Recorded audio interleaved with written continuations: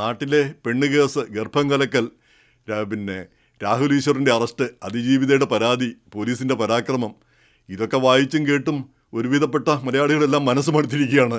കേട്ടും ഇങ്ങനെയുള്ള ഈ വൃത്തികെട്ട വാർത്തകൾ കേട്ട്, അരോചകമായ വാർത്തകൾ കേട്ട്.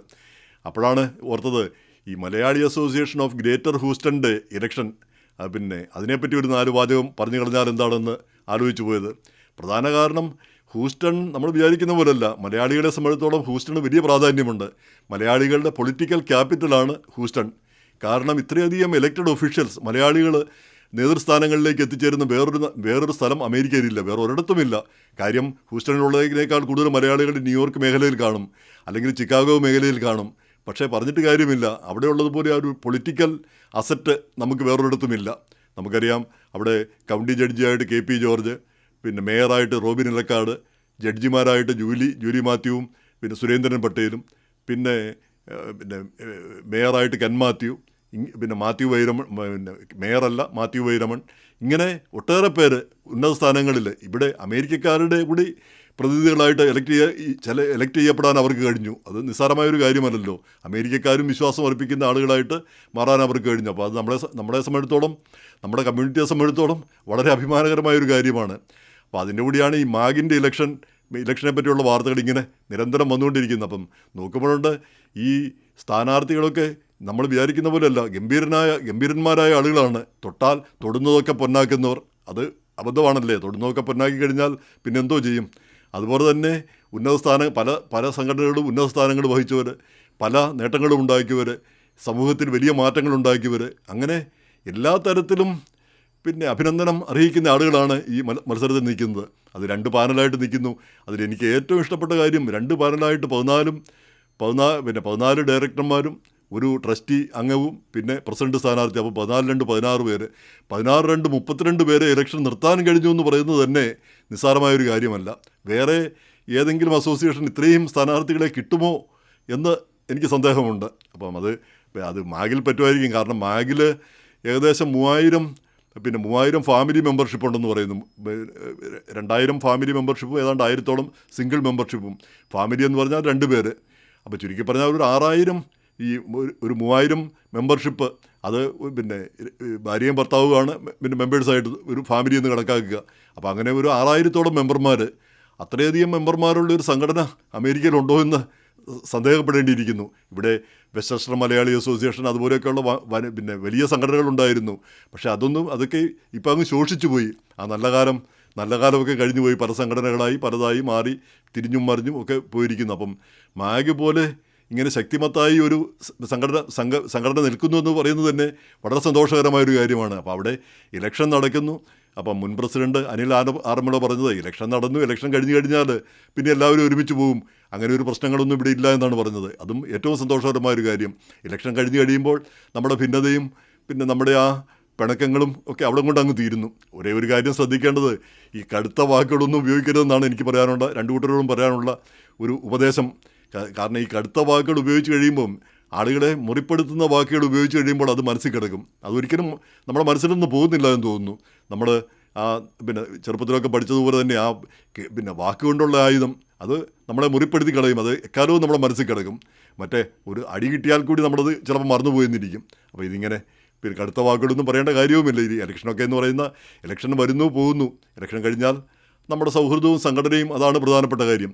അപ്പോൾ ഇവിടെ ഇപ്പം 2 പാനൽ എന്ന് പറഞ്ഞു. 2 പാനലിൽ പിന്നെ ഒരിടത്ത് റോയ് മാത്യു പ്രസിഡന്റ് സ്ഥാനാർത്ഥി, പിന്നെ ടീം യുണൈറ്റഡ്, ഇനി ടീം ഹാർമണിയുടെ പ്രസിഡന്റ് സ്ഥാനാർത്ഥി ചാക്കോ തോമസ്, അതുപോലെ തന്നെ ടീം യുണൈറ്റഡിൻ്റെ ട്രസ്റ്റി ബോർഡ് സ്ഥാനാർത്ഥി ക്ലാരമ്മ മാത്യൂസ്, അവിടെ പിന്നെ ടീം ഹാർമണിക്ക് ജോസഫ് ഊലിക്കൻ. അപ്പോൾ ഇവരുടെ എല്ലാം ബയോഡേറ്റ ഉണ്ട്. അത് പിന്നെ വായിക്കാനും അത് പറയാനും പിന്നെ പോകുന്നതിന് അർത്ഥമില്ല എന്നറിയാം. കാരണം അത്രയധികമുണ്ട്. ഇത് പിന്നെ അത്രയധികം പ്രഗത്ഭരാണ് അവരെന്നാണ് ഓരോ പിന്നെ എഴുതിയിരിക്കുന്ന ഓരോന്നും സമർത്ഥിക്കുന്നത്. അപ്പോൾ അങ്ങനെ തന്നെ ആയിക്കോട്ടെ, അതിനെപ്പറ്റി നമുക്ക് അഭിപ്രായ വ്യത്യാസം ഇല്ലതാനും. അപ്പോൾ ആളുകൾക്ക്, അവിടെയുള്ള ലോക്കലായിട്ടുള്ള ആളുകൾക്ക് ഇവരെ നേരിട്ടറിയാവുന്നവരാണ്. അപ്പോൾ അവർക്കറിയാം ഓരോരുത്തരുടെ മികവും പിന്നെ കഴിവുകേടുകളും. അപ്പം സംഘടനയ്ക്ക് ഏറ്റവും ഗുണപ്രദമായ ആളുകളെയാണ് പിന്നെ തിരഞ്ഞെടുക്കേണ്ടത്.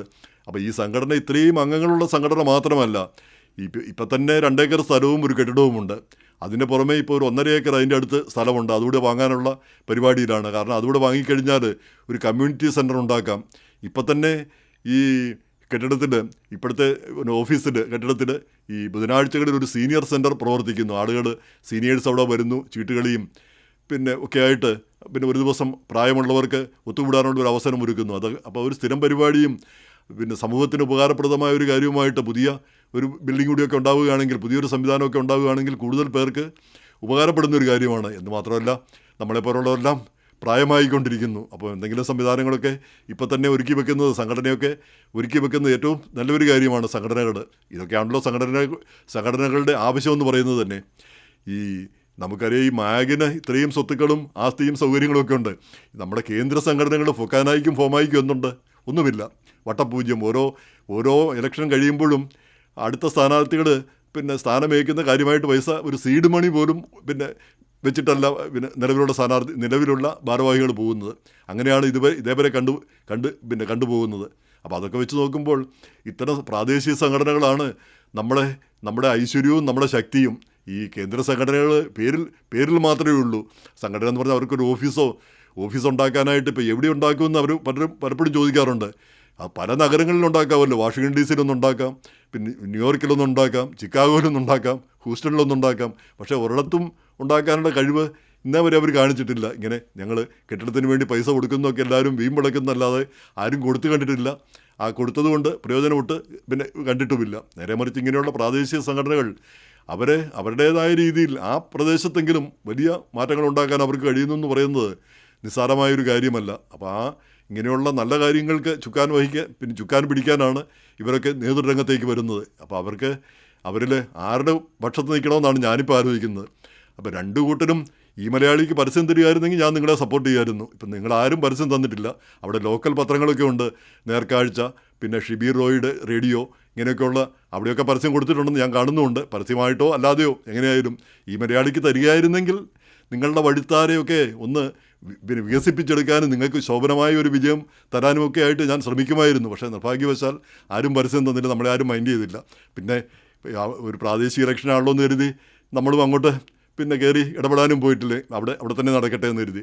എന്തായാലും ആളുകൾ ഇനി ഇങ്ങനെ ഇലക്ഷൻ നിൽക്കുന്നവരൊക്കെ ആലോചിക്കേണ്ടതാണ്. ഈ മലയാളിക്ക് ഒരു പരസ്യം തരിക, അങ്ങനെ ഒരു പിന്തുണയും ഒക്കെ ഉറപ്പിക്കാനായിട്ട് പിന്നെ മുൻകൂട്ടി ശ്രമിക്കാവുന്നതാണ്. അത് ഒരു കാര്യം. പിന്നെ തമാശയ്ക്ക് പറഞ്ഞു എന്നേ ഉള്ളൂ. ഇനി ഈ മത്സരിക്കുന്നവരെല്ലാം ഈ രണ്ട് പാനലിലും ഇത്രയധികം പേര് മത്സരിക്കുന്നതല്ല, അവരെല്ലാം ബയോഡേറ്റ നോക്കിയപ്പം എല്ലാവരും ഏതെങ്കിലും രംഗത്ത് പ്രഗത്ഭരാണ്, ഏതെങ്കിലും രീതിയിൽ അവർ വലിയ നേട്ടങ്ങൾ ഉണ്ടാക്കിയവരാണ്. അപ്പോൾ രണ്ടു കൂട്ടരും വിജയിക്കാൻ അർഹിക്കുന്ന ആളുകളാണ്. അപ്പോൾ ആരെ ജയിപ്പിച്ചാലും ഒട്ടും പിന്നെ ആശങ്കപ്പെടേണ്ട കാര്യങ്ങളില്ല. അപ്പോൾ ഹൂസ്റ്റണിൽ ഈ മാഗിൻ്റെ ഇലക്ഷനിൽ മറ്റൊരു പ്രത്യേകത ഞാൻ കണ്ടത്, ഈ പിന്നെ ഡയറക്ടർ ബോർഡ്, പിന്നെ പ്രസിഡന്റ് സ്ഥാനാർത്ഥിയെയും പിന്നെ ഡയറക്ടർ ബോർഡ് 14 പേര് ഡയറക്ടർ ബോർഡ് അവരെയാണ് തിരഞ്ഞെടുക്കുന്നത്. ആ ഡയറക്ടർ ബോർഡിൽ നിന്നാണ് പിന്നെ സെക്രട്ടറി, ട്രഷറർ അങ്ങനെയുള്ള ആളുകളെ തിരഞ്ഞെടുക്കുന്നത്. ഈ ട്രസ്റ്റി ബോർഡിൽ 6 പേരാണുള്ളത്. പിന്നെ ഓരോ തവണയും പിന്നെ 2 പേര് വീതം അവർ സ്ഥാനം ഒഴിയുന്നു, പുതിയ ആളുകളെ തിരഞ്ഞെടുക്കുന്നു. അങ്ങനെ അതാണ് സംവിധാനമെന്ന് തോന്നുന്നു. അപ്പം അങ്ങനെ ഒരു സ്ഥിരം ബോർഡാണ് ട്രസ്റ്റി ബോർഡ്. അവരാണ് കെട്ടിടവും അങ്ങനെയുള്ള കാര്യങ്ങളിലെല്ലാം ചുമതല വഹിക്കുന്നതും. അപ്പം നല്ലൊരു സിസ്റ്റമാണ് അവിടെ ഉള്ളത്. ഈ 14 പേരുടെയും പേര് ഞാനൊന്ന് വായിക്കുന്നുണ്ട്. പിന്നെ അവരെപ്പറ്റി പറയാനായിട്ട് പിന്നെ ഇത്രയധികം പറയാനായിട്ട് ഓർമ്മയെന്ന് പറയാനുള്ള ഒരു ശക്തി ഇല്ല. പിന്നെ നോക്കി വായിച്ചിട്ട് കാര്യവുമില്ല, പത്രങ്ങളിലെല്ലാം വന്ന കാര്യമാണ്. അപ്പോൾ അതിൽ പിന്നെ ഒരു പാനലിൽ നമ്മുടെ സുഹൃത്തുക്കൾ സൈമൺ വാളാശ്ശേരി, പിന്നെ ഷിബി റോയ് മാധ്യമപ്രവർത്തകർ, പിന്നെ മിക്കി, ഇവരൊക്കെ പിന്നെ മത്സരിക്കുന്നത് കണ്ടു. ഇപ്പുറത്തുമുണ്ട് പിന്നെ മാധ്യമപ്രവർത്തകരൊക്കെ. അപ്പോൾ അങ്ങനെ മാധ്യമപ്രവർത്തകരും ഒക്കെ രംഗത്ത് വന്നിരിക്കുന്നു. അവരുമൊക്കെ ഈ ഇലക്ഷനിൽ താല്പര്യം എടുക്കുന്നു എന്ന് പറയുന്നത് തന്നെ ഒരു പിന്നെ സന്തോഷമുള്ള കാര്യം തന്നെ. നമ്മുടെ സമൂഹവുമായിട്ട് ആഴത്തിൽ ബന്ധപ്പെട്ട് പ്രവർത്തിക്കാനായിട്ട് നമ്മളൊക്കെ തയ്യാറ് കാണിക്കുന്നു, നമ്മൾ ശ്രദ്ധ കാണിക്കുന്നു എന്നുള്ളത് നല്ലൊരു കാര്യം തന്നെ. അപ്പോൾ ഇതിലേറ്റവും എനിക്ക് അതിശയമായിട്ട് തോന്നിയത് ഇതെല്ലാം ഈ പിന്നെ ഇലക്ഷനും മത്സരവും 1 വർഷത്തേക്ക് മാത്രമാണ്. ഈ സ്ഥാനമൊക്കെ കിട്ടുന്നത് ഈ സമാനതകളില്ലാത്ത പിന്നെ യോഗ്യതകളൊക്കെ ആയിട്ട് ജയിച്ചു വന്നു കഴിഞ്ഞാൽ, മത്സരവും കഴിഞ്ഞു വന്നാൽ 1 വർഷമേ ഉള്ളൂ. അത് ഇത്തിരി കടുപ്പമായിപ്പോയി. 1 വർഷം പോരാ, കുറഞ്ഞൊരു 2 വർഷമെങ്കിലും ഭാരവാഹികളായിരിക്കണം. ഇത്രയും ബുദ്ധിമുട്ടി ഇലക്ഷനൊക്കെ ജയിക്കുന്നതാണ്. അപ്പോൾ അതൊന്ന് ആലോചിക്കാവുന്ന ഒരു കാര്യമാണെന്ന് തോന്നുന്നു. 2 വർഷത്തേക്ക് പിന്നെ മാറ്റി ഒരു ഭരണഘടനയിൽ ഒരു ചെറിയ മാറ്റങ്ങൾ വരുത്തുന്നത് നല്ലതായിരിക്കും എന്ന് തോന്നുന്നു. അപ്പോൾ ഞാൻ ഈ സ്ഥാനാർത്ഥികളിൽ പേരുകളിലൂടെ ഒന്ന് വായിച്ചേക്കാം ആർക്കെങ്കിലുമൊക്കെ അവരുടെ പിന്നെ പേരുകൾ ഇനി നമ്മൾ വായിക്കാതിരിക്കുന്നത് ശരിയല്ലല്ലോ എന്ന് കരുതി. അപ്പോൾ ടീം ഹാർമണിയിൽ പിന്നെ മത്സരിക്കുന്ന ബോർഡ് ഓഫ് ഡയറക്ടറിൽ മത്സരിക്കുന്നവർ ആൻസി കുര്യൻ, ഷിബി റോയി, ആലിസ് തോമസ്, മൈക്കൽ ജോയി മിക്കി, ഡോക്ടർ നവീൻ പതിയിൽ, സൈമൺ വാളാച്ചേരിൽ, ഏലിയാസ് ജസ്റ്റിൻ ജേക്കബ്, ജോർജ് എബ്രഹാം, ജോർജ് കുട്ടി, സലീം അറയ്ക്കൽ, ബിബി പാറയിൽ, നിബു രാജു, നവീൻ അശോക്, ഫിലിപ്പ് സെബാസ്റ്റ്യൻ പാല, ബാലു സക്കരിയ, ഇത്രയും പേര്. ഇനി ടീം യുണൈറ്റഡിൽ പിന്നെ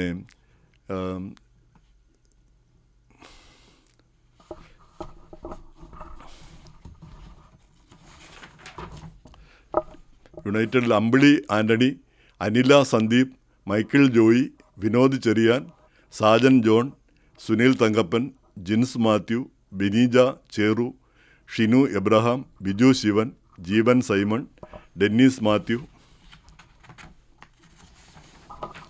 ഡോക്ടർ സുബിൻ ബാലകൃഷ്ണൻ, സന്തോഷ് ആറ്റുപുറം. അപ്പോൾ ഇവരുടെയെല്ലാം ബയോഡേറ്റയാണ് അതിൻ്റെ കൂടെ ഉള്ളത്. അത് പിന്നെ വായിക്കാൻ പോയാൽ ഒരുപാടുണ്ട്. എന്തായാലും അത് ലോക്കലായിട്ടുള്ള ആളുകൾക്ക് പിന്നെ അതെല്ലാം അവൈലബിളുമാണ്. തീർച്ചയായിട്ടും രണ്ടു കൂട്ടർക്കും വിജയം ആശംസിക്കുന്നു. രണ്ടു കൂട്ടരും പിന്നെ എങ്ങനെയാണ് വിജയിക്കുന്നതെന്ന് അറിഞ്ഞുകൂടാ. പക്ഷേ രണ്ടു കൂട്ടരും വിജയം അർഹിക്കുന്നവരാണ് എന്നുള്ള കാര്യത്തിൽ തർക്കമില്ല. ഈ വർഷം തോൽക്കുന്നവർ നമുക്ക് അടുത്ത വർഷം തീർച്ചയായിട്ടും മത്സരിച്ച് ജയിക്കുക തന്നെ വേണം.